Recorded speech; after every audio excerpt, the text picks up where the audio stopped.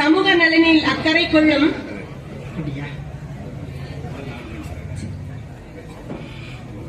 நகரை வலம் வந்து கொண்டிருக்கும் எம் நகர்மன்ற தலைவர் அவர்களே, உங்களை பேச அன்புடன் அழைக்கின்றேன். அதற்கு முன் ஒரு சிறு கதை. ஒரு தந்தை தன் வீட்டுக்கு செல்கிறார். அவருக்கு 7 வயது மகன்.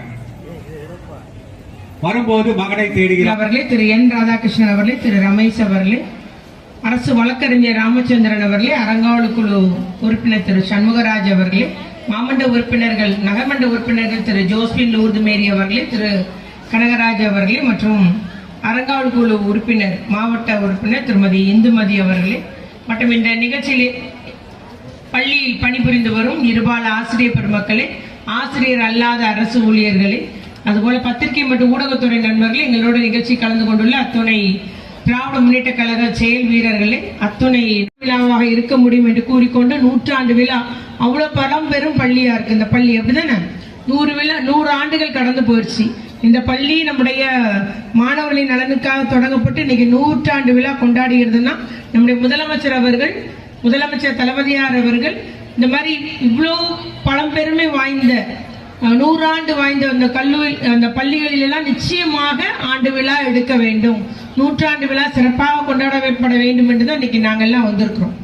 ஆக அந்த ஆண்டு விழான்னு சொல்லும் போது பள்ளியுடைய பெருமை விலை தெரியும். அந்த படித்த மாணவர்களுக்கும் ஒரு ஊக்கம் பிறக்கும் என்ற முறையில தான் இந்த ஆண்டு விழா 100 விழாவாக நம்முடைய முதலமைச்சருடைய அறிவுரைப்படி இன்னைக்கு கொண்டாடப்பட்டு வருகிறது. பொதுவாக நம்முடைய முதலமைச்சர் அவர்கள் எங்க பேசினாலும் சொல்லுவாரு, என்னுடைய கல்வியும் மருத்துவமும் எனக்கு 2 கண்கள் போன்றது அப்படின்பாரு. மருத்துவம்னா என்னது? மக்களுக்கு மருத்துவ சேவை செய்யறது இல்லையா, மக்கள் நல்வாழ்வுத்துறை. கல்வினா கல்வித்துறை. ஆகவே கல்வித்துறையும் மக்கள் நல்வாழ்வுத்துறையும் முதலமைச்சரை 2 கண்கள் போல பார்த்து அதிக அளவு நிதி ஒதுக்கீடு செய்யப்படுகிறது. புதிய திட்டங்களுக்கெல்லாம் நிதி ஒதுக்கீடு செய்யப்படுகிறது. எதுக்காக? நீங்க எல்லாம் சிறந்த எதிர்கால தலைவர்கள், அப்படிதானே? இன்றைய மாணவர்கள் நாளைய தலைவர்கள், அப்படிதானே?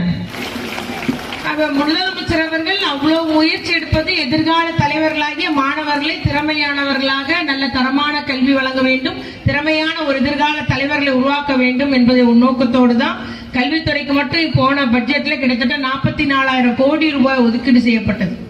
அதுபோல தொடக்க பள்ளியில படிக்கிறாங்க பாருங்க, 1 முதல் 5 வரை படிக்கிற பசங்களுக்கு காலை உணவு திட்டம், நம்முடைய மாணவர்களுக்கு வானவில் மன்றம், சின்ன பிள்ளைங்களுக்கு என்ன எழுத்தும்.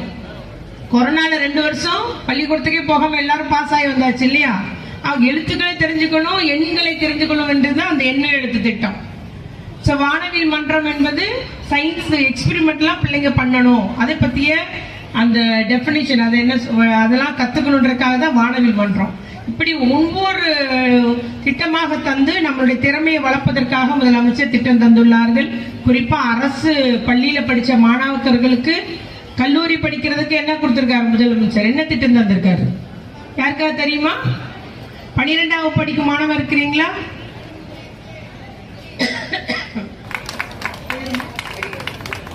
கிளாஸ் 10th பையன் தெரிஞ்சு வச்சிருக்கான், +2 பையன் தெரியல, தெரிஞ்சு வச்சுக்கோங்க. தமிழ் புதல்வன் திட்டம் ஹரிஹர சுந்தருக்கு இந்த பரிசுகளும் பாராட்டுகள். எல்லாரும் கை தட்டலாமா?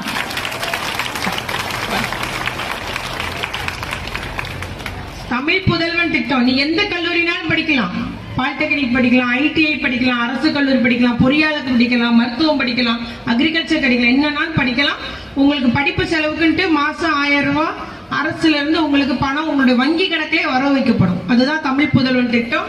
உங்களுடைய கல்வி உதவிக்கு, ஒரு டியூஷன் கிளாஸ் போறதுக்கு, ஒரு புக்கு வாங்குறதுக்கு, ஒரு பயண செலவுக்கு, உங்களுடைய வீட்டுக்கு உன்னுடைய உயர்கல்வி படிக்கும் போது உங்க குடும்பத்தாருடைய சுமை இதன் மூலம் கொஞ்சம் குறையும்.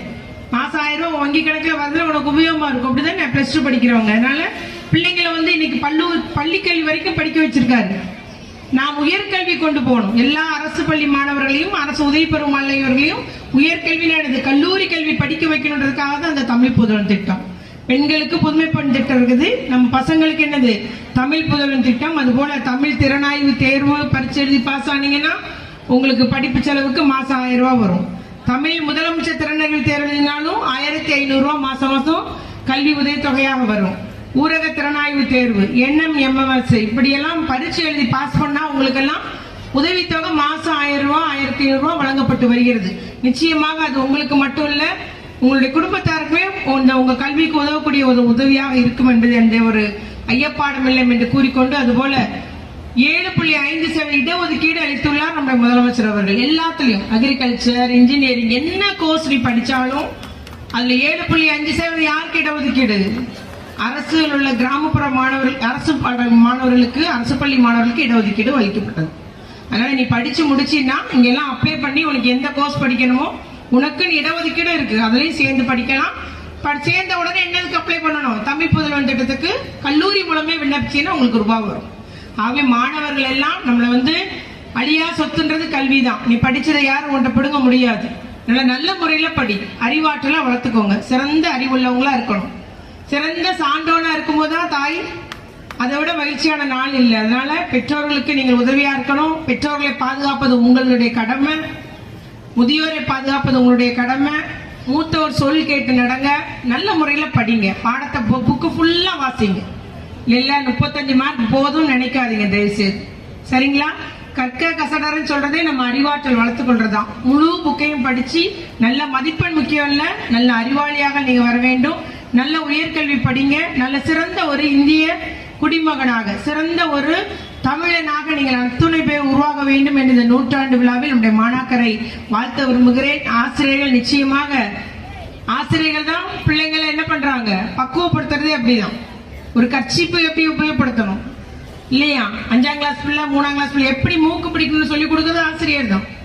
குச்சி பிடிக்கிறதுல இருந்து தண்ணி குடி எல்லாமே ஆசிரியர் தான் சொல்லிக் கொடுப்பாங்க. ஆகவே நம்முடைய மாணவர்கள் இரண்டாம் தாயாக, இரண்டாம் பெற்றோராக இருக்கக்கூடியவர் தான் ஆசிரியர்கள். ஆசிரியர்களும் இந்த காலத்துக்கு ஏற்றார் போல் நம்ம என்ன படிக்கணும், நம்மள இன்னும் படிச்சு இப்ப இணைய வழி நம்ம தெரிஞ்சுக்கணும். இணைய நமக்கு கைக்கணி எல்லா டீச்சர் கிட்டத்தட்ட 75,000 டீச்சருக்கு கை கணினி கொடுத்துள்ளார் முதலமைச்சர் இடைநிலை ஆசிரியர்களுக்கு.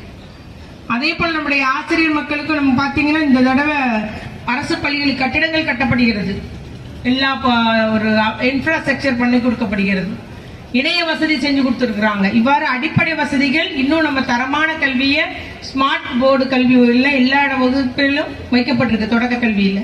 இது மாதிரி எல்லாம் முதலமைச்சர் நடவடிக்கை எடுத்து வருகிறார்கள்.